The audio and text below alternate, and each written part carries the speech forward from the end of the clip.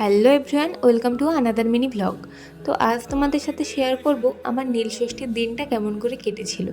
তো শিবের বার আমার কাছে ভীষণ প্রিয় একটা বার, সত্যি বলতে ভীষণ ভালোবেসে আমি শিবের বার করি। তো যাই হোক, প্রথমেই স্নান টান করে আগে বাড়িতে পুজো দিয়ে নিলাম। বাড়িতে আমি কোনোবারেই জল ঢালি না, একদম মন্দিরে গিয়েই ঢালি। জানি না এবার কেন ইচ্ছে হলো। তারপরে মন্দিরে যাওয়ার আগে আমি একটু এখানে আলতা পরে নিচ্ছি। তো প্রায় জায়গাতেই সকালে জল ঢেলে দেয় সবাই, কিন্তু আমাদের এখানে সকালে জল ঢালা হয় না, বিকেলে জল ঢালে। তো বিকেলেই যায় সবাই। তো সেই জন্য দেখতেই পাচ্ছ রেডি হয়ে বেরিয়ে পড়েছি, আর এটাই হচ্ছে আজকে আমার ফাইনাল লুক। তো কেমন লাগছে অবশ্যই কমেন্টে জানিও।